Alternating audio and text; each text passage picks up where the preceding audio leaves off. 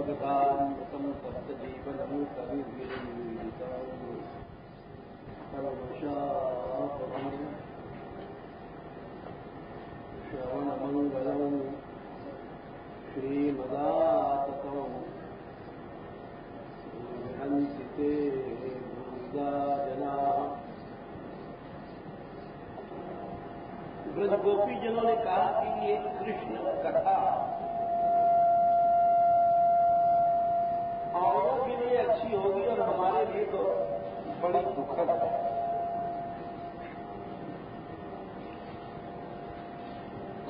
ये हमने पहले कहा एक प्रेम की लीला। गोपियां कहती हैं, यानी आचार्य कहते हैं उनकी ओर से कि ये कृष्ण कथा हम मानती हैं, पापिनाम कल्मषापहम अति धर्म प्रथम च। कृष्ण कथा पाप को नष्ट करती है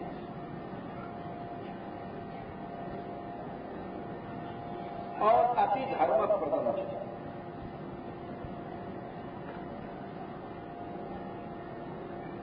जितना धर्म किसी से नहीं होता है, यज्ञ दान तप, वो भगवान की कथा सुनने से हो जाता है। ये इसीलिए हमारे भारतवर्ष में कथा का बहुत महत्व है और कथा कहने वाले को इतनी इज्जत मिलती है, व्यास भगवान समझा जाता है। इसका मूल कारण यही है कि किसी आदमी का सम्मान नहीं है, कथा का सम्मान।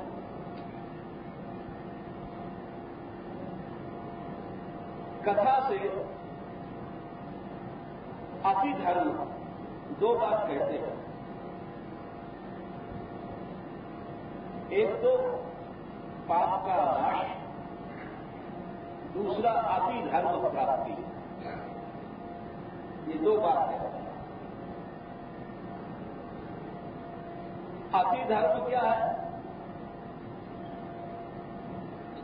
अति धर्म माने जो सारे धर्मों से बढ़कर के कोई चीज मिले उसको अति धर्म प्राप्ति कहते हैं। अति ज्यादा अर्थ में आता है। जैसे उदाहरण से समझ लीजिए, महारथी उसको कहते थे जो 10,000 को एक साथ लड़ाई लड़ा दे, उसको महारथी कहते हैं। अब देखिए महारथी होना कितना कठिन है। उस समय दुनिया में गिने गिने महारथी थे, अर्जुन, भीम आदि, कर्ण, दुर्योधन। इनके अंदर इतनी ताकत थी, ऐसी कला थी युद्ध की कि 10,000 आदमी एक साथ आवे तो उनको लड़ा देते थे। उसको महारथी कहते हैं।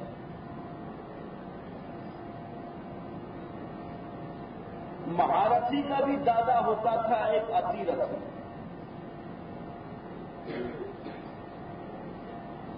जो बड़े बड़े महारथियों को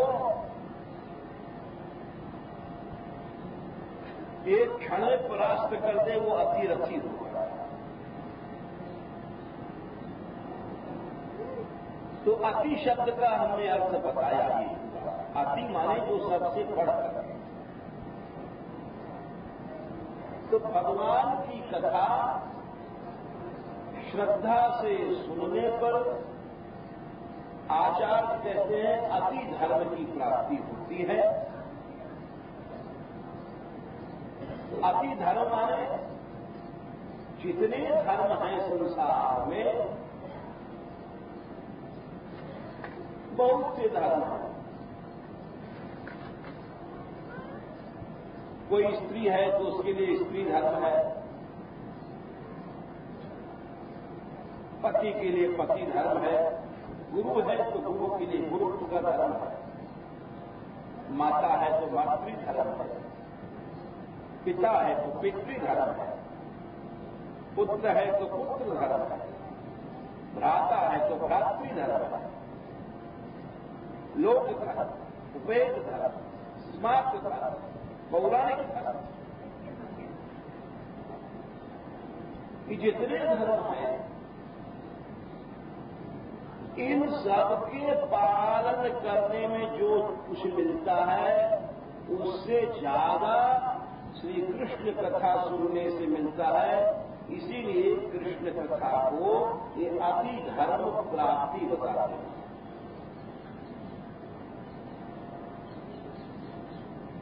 अब ये प्रश्न आता है कि भाई ये आचार्य जी लिख गए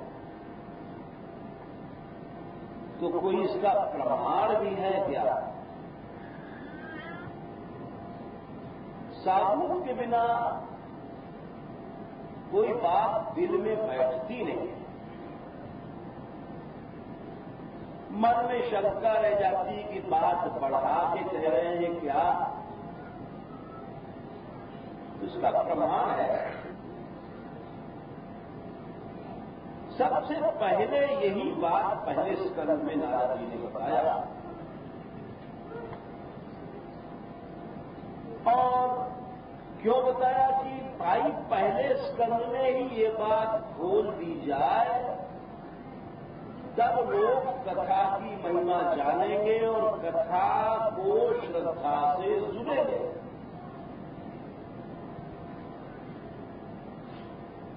नहीं तो बहुत से लोग किस्सा समझ लेते हैं, राजा रानी की मामूली कथाएं समझते हैं और जैसी श्रद्धा होनी चाहिए वैसी श्रद्धा नहीं होती।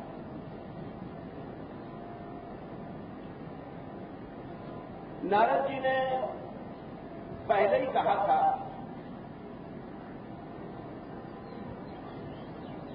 अब देखिए इसका प्रमाण।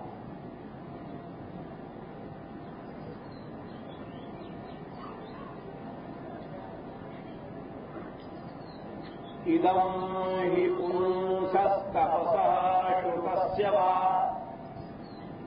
स्विष्टस्य सूक्तस्य च बुद्धिदत्तयोः अविच्युतोऽर्थः कविभिर्निरूपितो यदुत्तमश्लोक गुणानुवर्णनम। ये प्रमाण, इसका मतलब समझिए। दो तरह के फल होते हैं, एक च्युत फल, एक अविच्युत फल। यानी एक फल विनाशी और एक फल अविनाशी। यो समझिए, दो तरह की प्राप्ति होती है। एक को जो थोड़ी देर में नष्ट हो जाए और दूसरी जो कभी नष्ट नहीं हो, कभी नहीं हो। आप मर जाओगे फिर भी नहीं हो। तो दो तरह की प्राप्ति या कमाई, मोटी भाषा में समझ लो, दो तरह की कमाई होती है।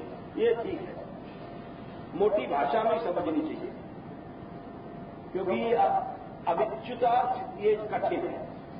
तो यूं समझिए कि दो तरह की कमाई होती है। एक तो वो जो अभी कमाया हमने थोड़ी देर में चली जाए, दूसरी वो होती है जो कभी नहीं जाएगी। कभी नहीं माने मर जाओगे तो भी नहीं जाएगी।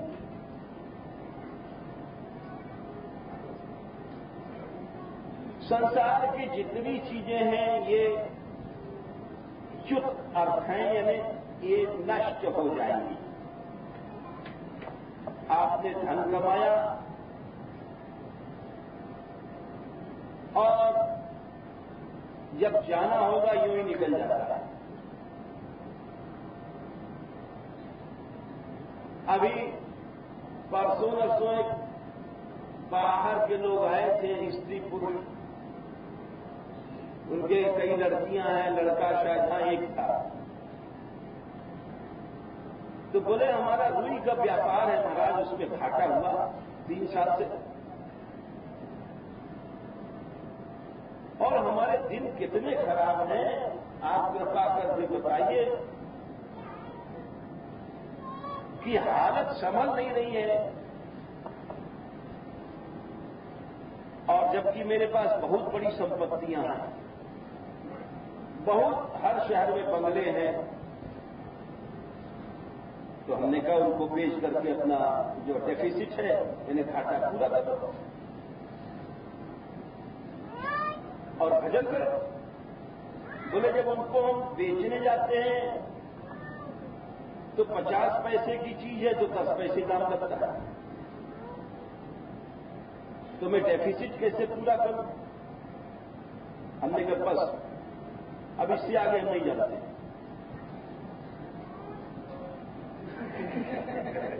इससे आगे हम नहीं जाते, क्योंकि अरे जब भूत संपत्ति है, हमने मन में सोचा अरे 50 पैसे की चीज है 20 पैसे में जा रही तो दे दो ससुर, और थोड़ी सी उम्र बची है और उसको चुका करके भजन करो। जब तू कह रहा है कि इतनी बड़ी संपत्तियां हैं तो समझ गए कि इसके दिमाग में अभी पैसे का इतना महत्व है, अपने जीवन का महत्व नहीं है कि हमको मान लो आज 20 लाख का घाटा है और हमारे पास करोड़ों की संपत्ति है, तो उसको सस्ते में बेच करके हम 20 लाख घाटा चुकाते, बहुत बड़ी है।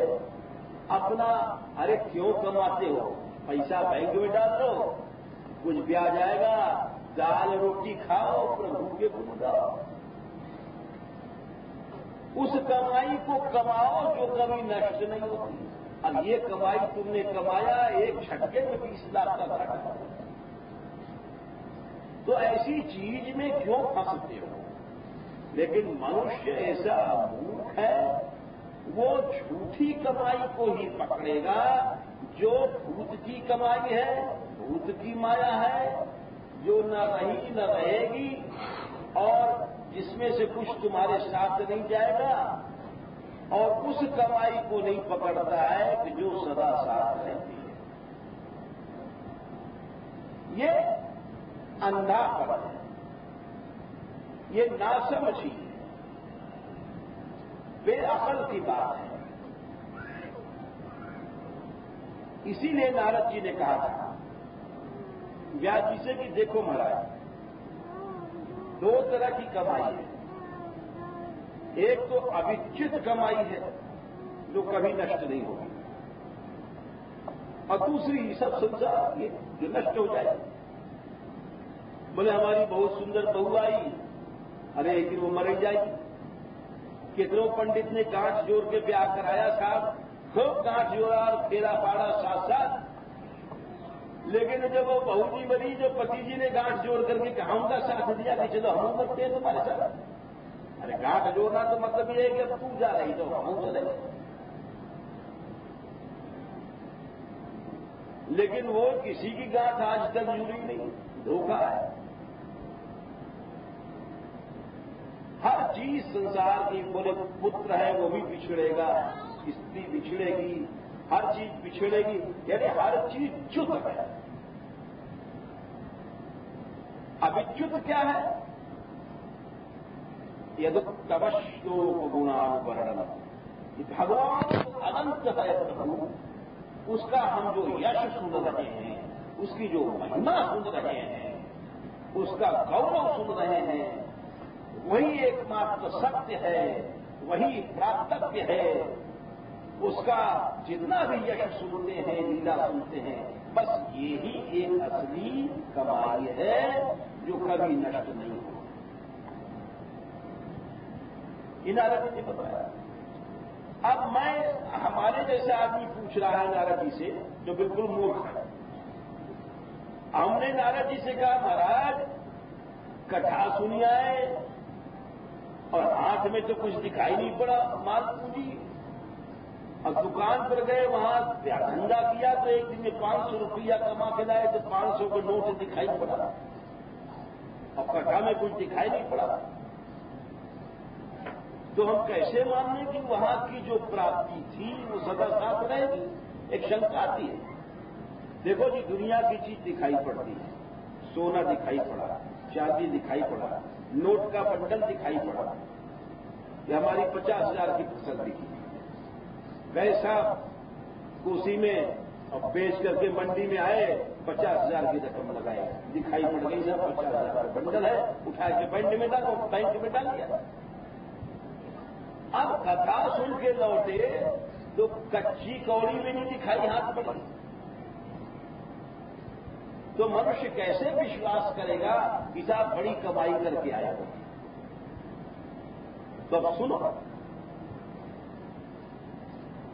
कमाई वो होती है जो साथ रहती है। वो कमाई तुम लाए, बैंक में डाले, कल तो कैंसर हो गया साहब, 50,000 कमाए थे, 70,000 खर्च हो गया कैंसर की बीमारी, सब हो गया उसमें। वो बैंक में डालो चाहे तिजोरी में, सब चला गया। और ये कमाई भगवान का गौरव सुना, भगवान है, भगवान की महिमा सुना, भगवान है। तो इससे क्या हुआ? इससे यह फायदा हुआ कि आप जब मरे तो एक भाव हृदय में साथ गया कि भगवान है, भजन करना, कि भगवान से मिलना चाहिए, भगवान को देखना चाहिए, हम मर के भी कैसे इससे छूटे। ये जितने भाव हमारे मन में आते हैं ये कमाई है। अच्छे विचार ये कमाई है, अच्छे भाव ये कमाई है जो सदा साथ रहती है। मरने के बाद भी अच्छे भाव के साथ मरोगे तो निश्चित तुम्हारा अच्छा जन्म, अच्छा फल, अच्छी भक्ति, अच्छा पुण्य होगा। और बुरे भाव के साथ मरोगे, अंत मता अंत गति, तो वही होगा। क्या होगा? चौथे स्कंद में एक बात आती है, अर्थेन्द्रियार्थाभिध्यानम सर्वार्थापन्नवो नृणाम भंशितो ज्ञान विज्ञानात् येना विशति मुख्यताम। इतनी बढ़िया बात शंकर जी कह रहे हैं। मनुष्य मरते मरते तक दो बातें सोचता है। एक तो पैसा, अर्थ माने पैसा। मरते मरते तक मनुष्य सोचता है कैसे आवे पैसा। और दूसरा इंद्रियार्थ माने भोगों को सोचता है। भोग माने खाली स्त्री नहीं होती, ये समझ। भोग में सभी पांचों इंद्रियों के भोग हैं। लड्डू पेड़ा, अब बुढ़े हो गए तभी सोच रहे हैं कि पेड़ा मिल जाए, बुढ़ऊ कह रहे हैं आज।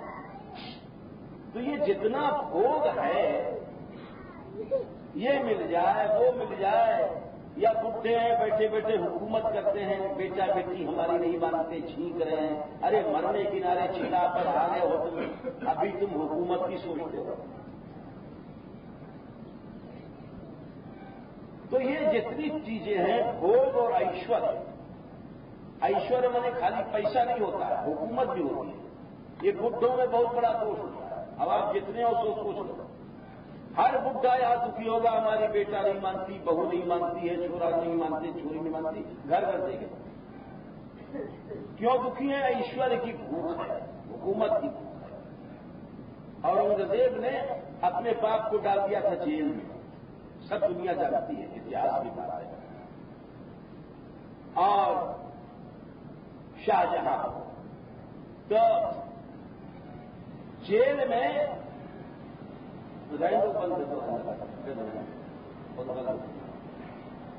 जेल में भैया वहां आज की जेल थोड़ी है, वहां काम भी करना पड़ता था। हर जेली को कायदा है, जो जेल में गया है उसको काम करना पड़ेगा। तो औरंगजेब ने कहा कि भाई हमारा बाप है,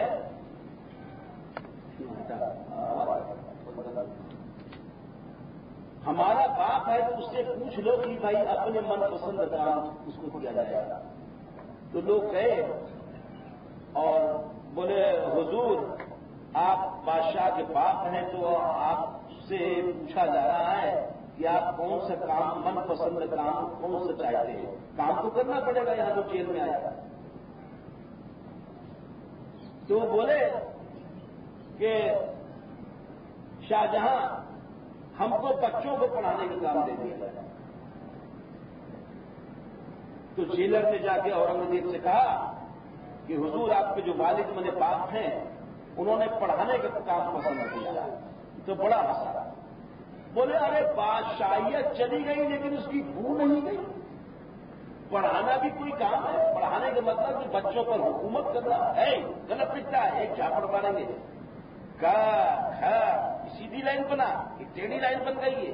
बोले अभी उसकी भू नहीं गई, यानी हर आदमी बुढ़ा हो जाता है लेकिन उसकी भू नहीं जाती है हुकूमत करने की। मरने के किनारे खड़ा है लेकिन भू नहीं जा रही है, भू नहीं जा रही है, संसार से उपराम नहीं हो रहा। इसीलिए भगवान ने कहा था भोग ऐश्वर्य प्रसन्नता नाम। भोग और ऐश्वर्य में हर आदमी मरते मरते तक फंसा रहता है, मरते मरते तक फंसा रहता है और छोड़ नहीं पाता और दुखी रह जाता है। वो धन्य है वे प्राणी जो भोग और ऐश्वर्य के भाव को छोड़ देते हैं। दास बनो, मालिक बनोगे तो यमराज के यहां जाओगे और सैकड़ों घंटे पड़ेंगे, तुम्हारी मालिकियत निकल जाएगी, तुम्हारी सारी अकड़ निकल जाएगी। ये अहम भाव आसुरी भाव है। ये सब जितनी चीजें हम लोग कमाते हैं सारी जिंदगी पर, अरे फलाने बड़े नंबरदार है साहब, उसका बड़ा चलता है थोक में, समाज में बड़ा उसका दबदबा है, अरे काय का दबदबा है, कल के फूक के चले जाओगे जमराज के डंडे पड़ेंगे। तो जितनी कमाई छूटी है, सच्ची कमाई वही है जो तुम्हारे मन में अच्छे भाव आए, अच्छे विचार आए, जिनको लेकर के तुम मरे और तुम भगवान के धाम में गए, अच्छी भक्ति मिली या अगला जन्म मिला तो अच्छे कर्म किए और धीरे धीरे भगवान, इसलिए इसको कमाई कहते हैं। दिखाई नहीं पड़ती है कमाई, लेकिन इतनी भीतर घुस जाती है कमाई हृदय में कि जिसको हम तुम समझ नहीं सकते। आज बड़े बड़े महापुरुषों का चरित्र देखो, बड़े बड़े विरक्तों को देखो, स्वामी हरदास भय, पारस पत्थर नहीं छुआ, रघुनाथ दास गोस्वामी भय, उनका पैदा के देखो। इन सब बातों को सुनने के बाद मन में विचार आता है कि हम लोग ऐसे बने, कैसे कैसे प्रहलाद है, ध्रुव है। इनको सुनने के बाद विचार आता है कि हम भी वो भोजन नहीं करेंगे, संध्या को कोई जीव में मुंह में चला जाए, कितने कितने दिन पानी पी के रहते हैं, बाल नहीं बनवाएंगे कि वहां छुरा फिरवाने में कोई जीव मर जाएगा, इसलिए उखाड़ देते हैं, ऐसे ऐसे करते। बड़ा बड़ा लोग तपस्या करते हैं, तामस राजस। लेकिन नारद जी बोले बहुत तपस्या करने से क्या होगा, अगर भगवान की ही महिमा में भी विश्वास नहीं हुआ, अरे सबसे बड़ा तो भगवान अल्लाह भगवान है, उस तपस्या से क्या लाभ। रसखान जी ने लिखा है, लोग बहुत सी तपस्या करते हैं, कहा रसखान सुख संपत्ति सुमारमा, सुख संपत्ति बहुत है, हवाई जहाज पर घूमते हैं, घर का हवाई जहाज है, क्या लाभ? हवाई जहाज पर बैठ करके क्या भगवान के धाम जाएंगे? तो नरक का रास्ता है। एयर क्रैश हो गया, आत्महत्या हो गई, मर गए, तो हवाई जहाज से क्या कल्याण होता है? कहा रसखान सुख संपत्ति सुमार, अब कहा महायोगी वै लगाए अंधकार। बड़े भारी जोगी राज है भाई, दिन रात रात पूछते रहते हैं, छाड़ में रात लगाते हैं। बोले कौन सी बड़ी बात होगी? कहा रसखान सुख संपत्ति सुमार महान, कहा महाजोगी है लगाए अंगछार को। कहा सोए बीच जल, कहा साधे पंचानन, कहा जीत लीने राज सिंधुवार पार को। बोले जल सैया लेते हैं माघ की रात में और पानी में जाकर लेट जाते हैं, तपस्या करते हैं, या ये पंच अग्नि तपते हैं, अग्नि के बीच में तप करते हैं। आजकल अग्नि में तप नहीं कर सकता कोई, पहले ऐसे तपस्वी थे, आजकल अग्नि में तप नहीं कर सकते, इसलिए लोग क्या करेंगे, दूर कंडा रख लेंगे, एक कोना वो, दो कोना वो, तीन कोना वो, चार कोना वो, और पांचवा फिर छीटा रख लेंगे ऊपर, पंचअग्नि हो गया। अब वो ताकत तो नहीं रही कि अग्नि में बैठ करके तप कर, उसका चिन्ह बुझ रहा है। तो बोले अगर किसी में शक्ति है अग्नि में बैठ करके तप करें, जैसे हमने आपको बताया था धर्मपिता जी का, हम अभी कुछ दिन पहले जीवन चरित्र सुना रहे थे, अग्नि में बैठ करके तप कर रही है, अग्नि नहीं जला सकती, अग्नि जला नहीं सकती, ऐसे से तप। शुक्राचार्य जी को हमने आपको कथा सुनाई थी, धूल घूट दिया उन्होंने तप किया। तो बोले फिर भी बेकार। कहा साधे पंचानन, कहा सोए, कहा सोए बीच जल, कहा साधे पंचानन, कहा जीत लीने राज सिंधुवार पार को। सात समुद्र के चारों को जीत लिया। जब बार बार उन्हें झगड़ा जब करते हैं तब संयम अपार व्रत। बोले अखंड ब्रह्मचारी है, इनका बड़ा संयम है। तीरथ हजार, अरे हजारों तीरथ में करे आए हैं। बोले रसगान जी बोले ईसा जितने हैं झूठे हैं, ये ही है गमार, ये सब गमारों के साथ। क्यों? जिन्हें ये ही है गमार, जिनकी नो नहीं प्यार। अरे परमात्मा से तो प्रेम हो और नहीं से यो दरबार यार नंद के कुमार को। तो ईश्वर से प्रेम नहीं होगा, वो प्रभु से प्रेम। अरे बिना प्रभु के प्रेम के तुम क्या पाओगे? तुम्हारा मन भी सारा नहीं होगा, तपस्या कर करके मर जाओ। कशी जी ने कहा राम से कि प्रेम भक्ति जल बिन रघुराई, अब खंतर मन कबहू न जाए। कभी नहीं जाएगा इन चीजों से, तुम करोड़ों साल तक करते रहो, जब तक भगवान में प्रेम नहीं होगा तुम्हारा मन साफ नहीं होगा।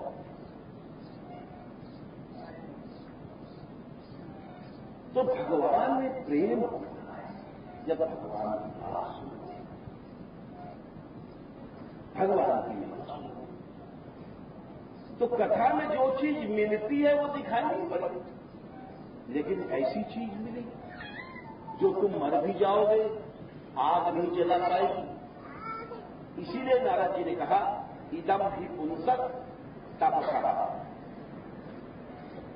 तपस्या से भी आगे की चीज मिली। शुकस्य वा, वेद पढ़ लिया, प्रभु के चरणों में प्यार नहीं है, बेकार है वेद पढ़ना। इदम ही पुंसक तपसा सेवा, स्विष्टस्य सूक्तस्य जगद्दिनतयो। स्विष्टस्य मैंने बड़ा यज्ञ किया, बड़ा यज्ञ किया, लाखों वर्ष तक लोग यज्ञ करते रहे। बोले यज्ञ करने से क्या लाभ? अगर भगवान के चरणों में प्रेम नहीं है तो सब बेकार। यही कलिकाल साधन पूजा जोग जग तब प्रथम पूजा, ये सब व्यर्थ है। तो भगवान के चरणों में प्रेम होना चाहिए। राम ही सुमीरे राम ही गाइए, संतत सुने राम गुण गावन। बोले अगर भगवान में प्रेम नहीं है तो सब साधन मिट्टी है। इदम ही पुनस्तर तपस्या सेवा, वेद पढ़ना, तपस्या करना, यज्ञ करना, सूक्त वेद में जितने इंद्र सूक्त, अग्नि सूक्त, वरुण सूक्त, नदी सूक्त, इन सब का पाठ करना, क्या बुद्धि दत्त योग, बड़ा बुद्धिमान हो जाना, दान दे देना, बड़े बड़े भारी दानी हैं, ये सब बेकार है। इन सब का फल एक ही है, अविच्छिन्नोर्था काफी धीर निरूपितो, एक ही इसका सच्चा फल है, सच्ची कमाई है। यदुत्तम श्लोक गुणानुवर्णनम, उत्तम श्लोक माने भगवान जिनका श्लोक कहते हैं यश, जिनका यश सुंदर है, भगवान का वर्णन नहीं सुना, वर्णन नहीं किया तो उसका तपस्या मिट्टी है। इसीलिए यहां पर आचार्य ने लिखा है कि ये कह रहे हैं गोपियों के द्वारा कि दो बातें होती हैं हम लोग जब कथा सुनते हैं। पापी नाम कल्मषापहम, एक तो पाप जल रहा है, हमको तुमको दिखाई नहीं पड़ता, लेकिन भगवान की कथा जाते मान जैसे बैठे वैसे ही पाप चल रहा है। और दूसरा अति धर्म प्रदर्शन, अति धर्म की प्राप्ति।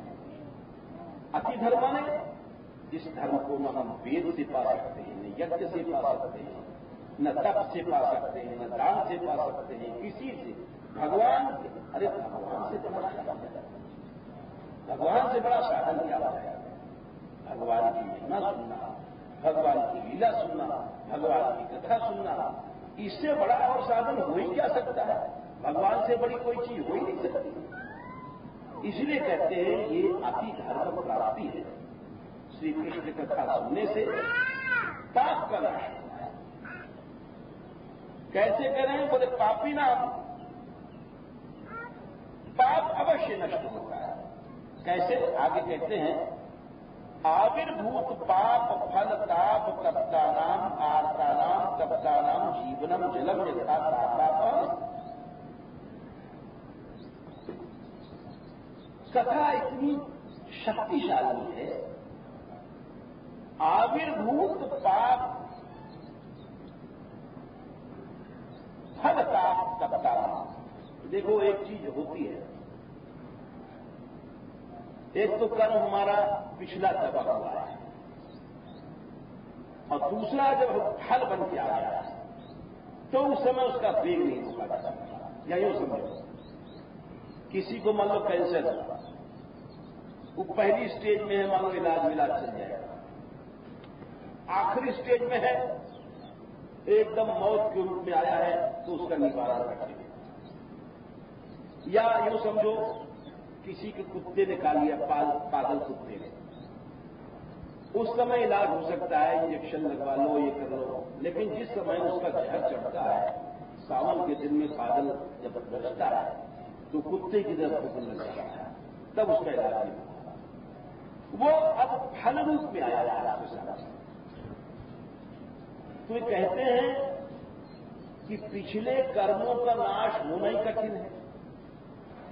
अगर वे कर्म फल बन के आए सामने, उस समय तो बिल्कुल कठिनता है। लेकिन बोले नहीं, भगवान की कथा ऐसी शक्तिशाली है कि आविर्भूत फल ताप तप्तानाम, हमारे पिछले कर्म जब हमारे फल बन के आ गए, यानी जिसका हटना कठिन है और तपा रहे हैं, उस समय भी भगवान की कथा एकमात्र सच्चा इलाज शक्ति है और उसको अवश्य उसके प्राप्त होना सकती है और अमोघ वस्तु है। जब फल बन गया है उस हालत में भी ये लाभ करती है और जीव का कल्याण करती है। ऐसी कितनी घटनाएं होती हैं और हुई भारतवर्ष की भी और इतिहास कहता है इस बात। जैसे हम आपको एक घटना सुनाते हैं, इतिहास की घटना है, ये 1590 की बात है जब अकबर का शासन था। उस समय सारे देश में अकबर ने मुगल साम्राज्य की जड़ इतनी जमाई थी कि हजारों साल जड़ रही, लेकिन पीछे पीछे पीछे औरंगजेब के अत्याचार से लड़ा। तो एक मालवा देश है, मालवा है उज्जैन से आगे चल रहा है। उज्जैन तो आप लोग जानते होंगे, उससे आगे है मालवा। मालवा में उस समय हिंदू राजा थे बाज बहादुर। बाज बहादुर बड़े कलाकार भी थे, संगीत के जानने वाले थे और नृत्य नाच गान में राजा के साथ शूरमा भी थे और साथ साथ ये भी जानते थे। ये कोई जरूरी नहीं है, अर्जुन बहुत बड़े शूरमा थे और नाचना बहुत अच्छा जानते थे। उर्वशी से नाच सीखा था, नाचते बहुत अच्छा थे और सबसे बड़े योद्धा थे, वीर भी थे। तो बाज बहादुर बड़े शूरमा भी थे और नाचना गाना इसके भी बड़े माहिर थे। तो देखिए उस समय मालवा में एक रूपमती भई है। अब तक वहां उसकी वहां समाधि है और उसकी कथाएं ग्राम के गीतों में गाई जाती हैं। तो वो थी तो वेश्या की लड़की जिसका नाम सुनने से आदमी घृणा करता है। वेश्या का नाम सुनते मन हर आदमी घृणा कर देता है। और जाने कितनी वेश्याएं भक्त हो गई, भक्त वाला जाने कितनी हो गई। तो वो वेश्या की लड़की होने के कारण उसके कोई पुण्य थे, बड़ा अद्भुत रूप था और बड़ा विचित्र बुद्धि थी उसकी। नृत्य गान, लोग कहते हैं कि वो उसमें इतनी कला थी कि तानसेन ने भी जाकर के कई लाख सीखे थे रूपमती से। वहां का इतिहास है। जो बुढ़ी लोग होते हैं वो जहां से मिलता है इकट्ठा करते हैं कला, तब समुद्र बनते हैं। सिमिट सिमिट जल बसई तालाब, तालाब में पानी कैसे इधर से भी आया, इधर से भी आया, इधर से भी आया, चारों तरफ से आया, तब तालाब बनता है। तो उसी तरह से जो गुणी लोग होते हैं सब जगह से बोल लेते हैं। जब समुद्र बनते हैं तो लोग कहते हैं कि तानसेन ने भी जाकर के रूपमती से कई राग सीखे। वो जब गाती थी तो ऐसा जादू होता था कि लोग हिल नहीं पाते थे। उसका नाम फैला, वेश्या की लड़की थी लेकिन उसमें कुछ कमाल था। वो यानी चंचल मन की नहीं थी। ऐसी बहुत सी हुई है। ग्वालिया बाबा के समय में हमको ग्वालिया बाबा के शिष्यों ने बताया, जिन्होंने उनसे गाना सीखा था। हम उनके साथ गा चुके हैं, उनके शिष्यों के साथ। पहले हम गाते थे, अब तक छूट गया। तो ग्वालिया बाबा जिस समय दतिया महाराज के यहां गए थे, बोला के राजा साहब ले गए थे उनको अपने भक्त थे, वे बड़े ऊंचे महात्मा हैं, उनकी साधु में श्रद्धा थी। तो जिस समय वो गए तो उनकी जीवनी में आता है कि ग्वालिया बाबा जब राज दरबार में गए हैं तो राजा ने कहा कि महाराज हमारे यहां संगीत सभा रात में होती है।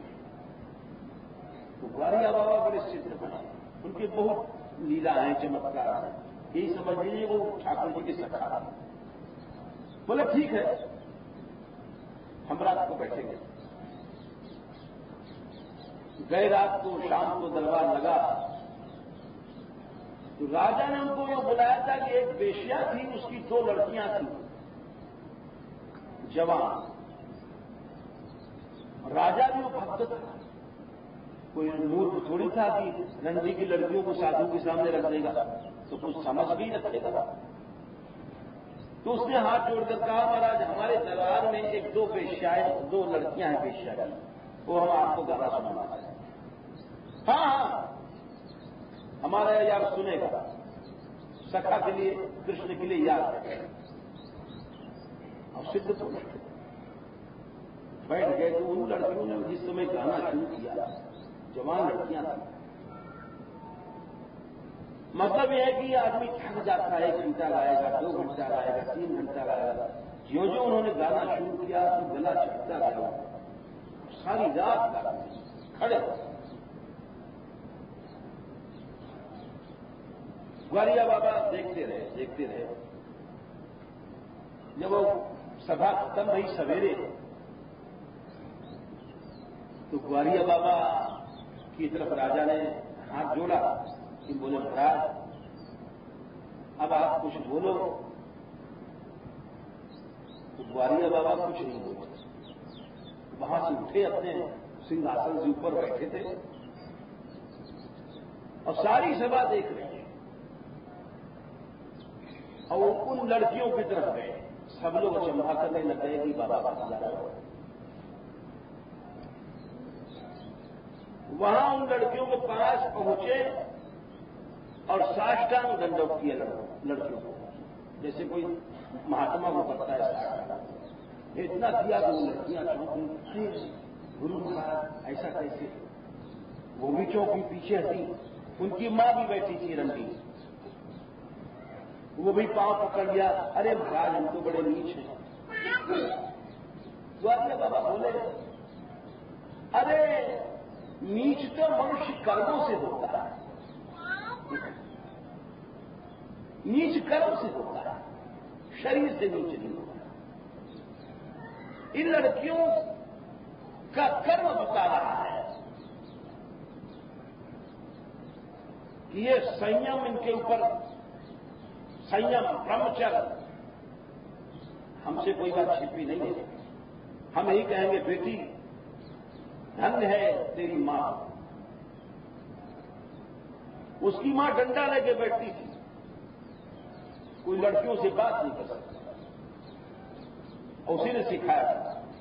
और वैसी वेश्या नहीं बनाया जो 2 टके में धक्का खाने लगा। तो इसीलिए मनुष्य के हमें बता रहे कि रूपमती भी ऐसी भई है, इतिहास में लिखा है बात रखना,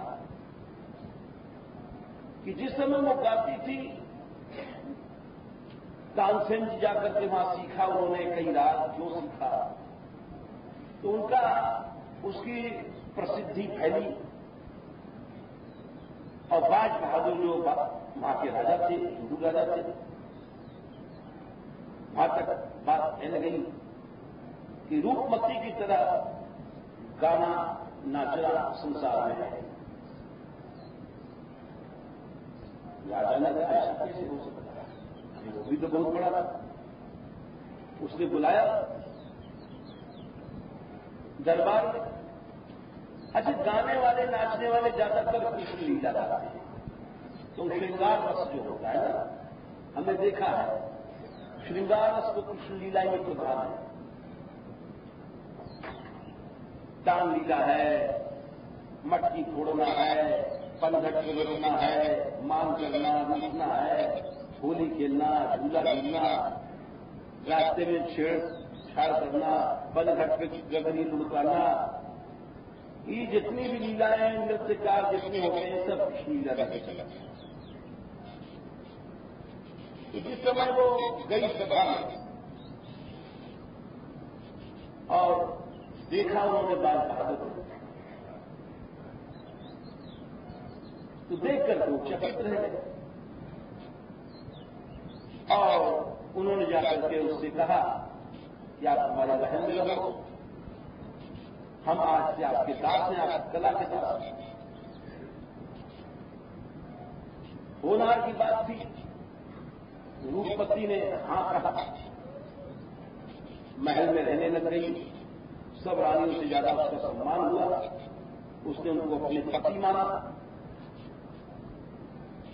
और एक रणजी की लड़की भी सखी हो सकती है, ये भी चमत्कार है। कब कब किसको कहां पहुंचा दें पता नहीं पड़ता। अहिल्या को सबने बुराई किया, वो इतनी पवित्र हो गई कि पति ने सब अपमान किया, सब खत्म हो गई। एक क्षण भगवत चरणार्दन के रह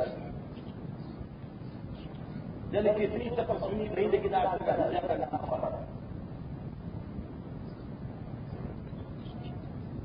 जब वहां रहने लग गई तो अकबर को पता चला।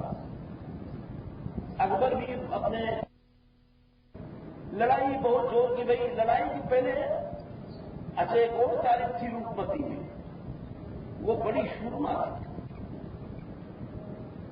घोड़े में आखेट में वो महाराज से आगे रहती थी, वीरता।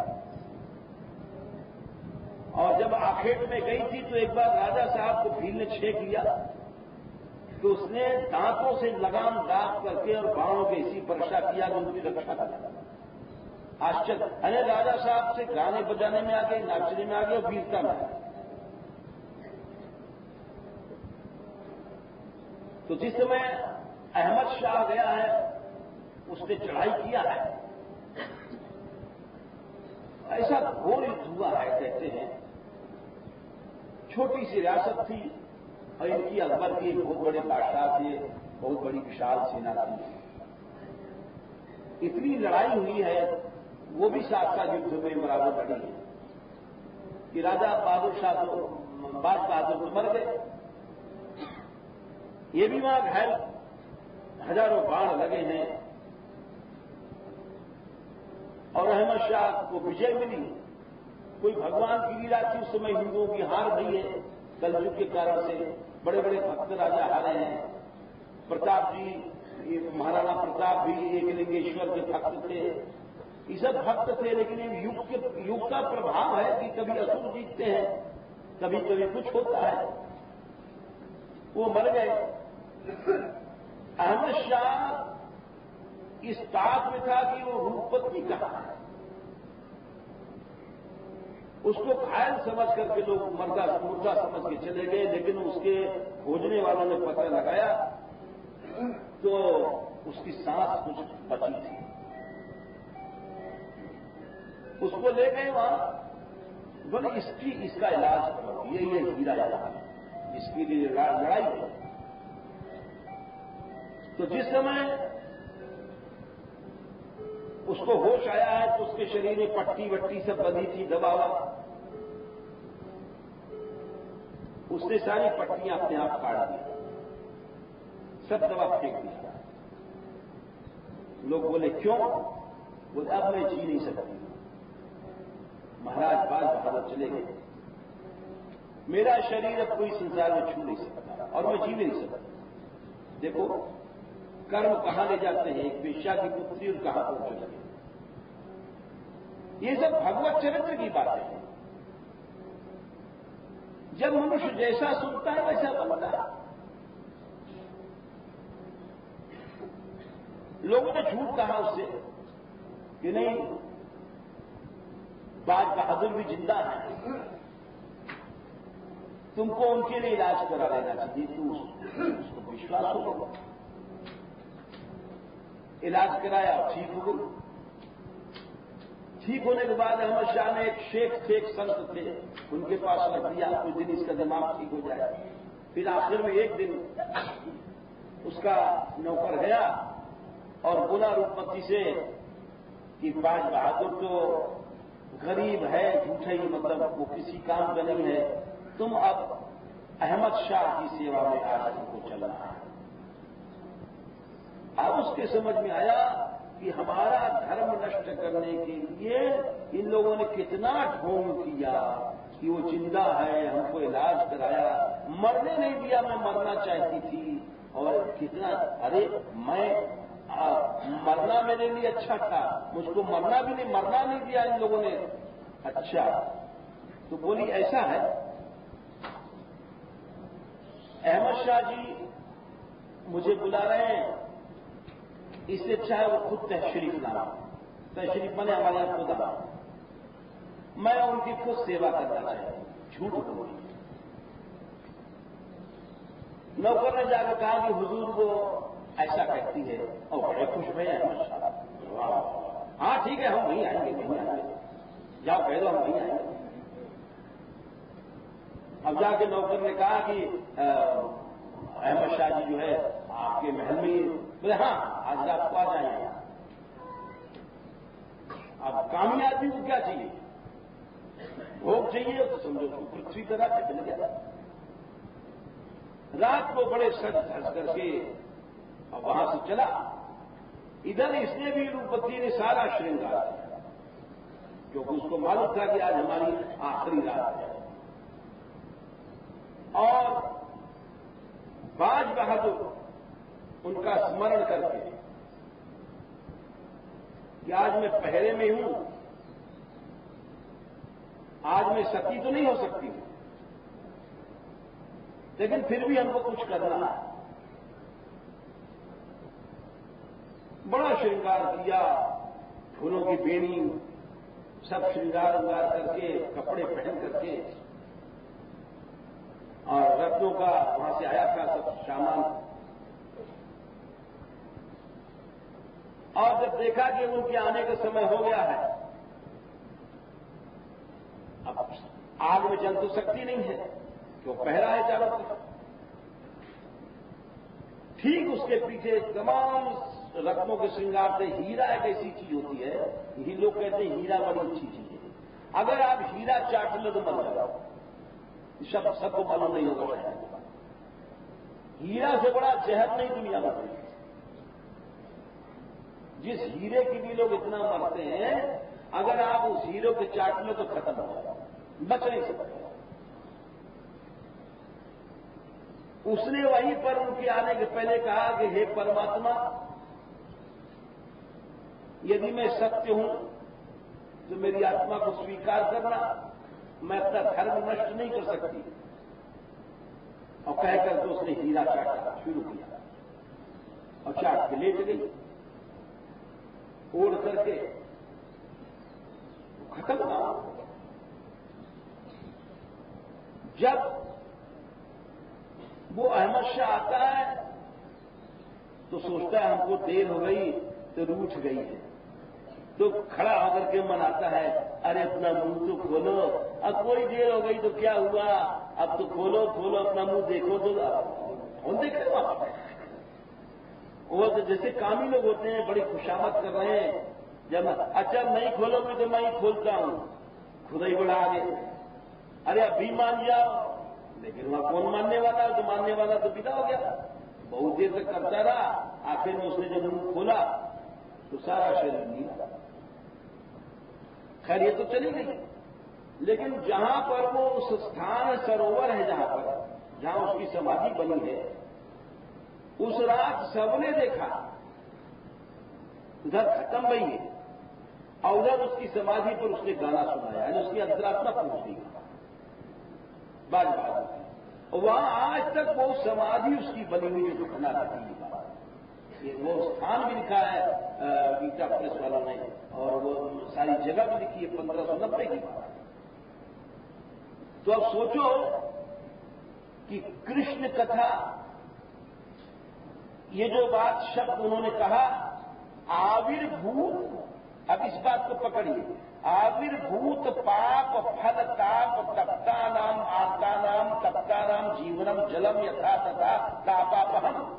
हम इस बात पर उन्हें सुनाया कि अगर हमारा कोई बुरा कर्म है, वो हमारे सामने फल बन के आया है, जबकि फल हट नहीं सकता, आविर्भूत फल होकर आया है, उस समय भी भगवान की कथा काम देती है।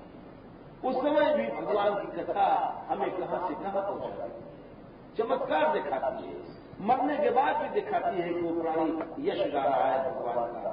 महाप्रभु कृष्ण चैतन्य थे, उन्होंने हरिदास को त्याग दिया था स्त्री के पास जाने का।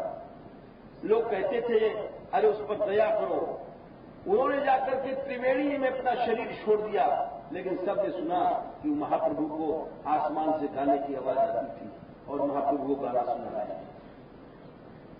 तो अगर तुम्हारे भीतर पिछले कर्मों का फल आविर्भूत हो गया है, तब भी भगवान की कथा पैदा करती है और वहां लाभ पहुंचाती है और तुमको अविच्युत अर्थ देती है। इसीलिए आचार्य कहते हैं कि कलमशाला गोपियां कहती हैं कि श्रवण मंगलम श्रीमदात्म तव कथामृतम तप्त जीवन कवि विरीडितम कलमशालम श्रवण मंगलम श्रीमदात्म भूमिकंते भूरिदा नमः।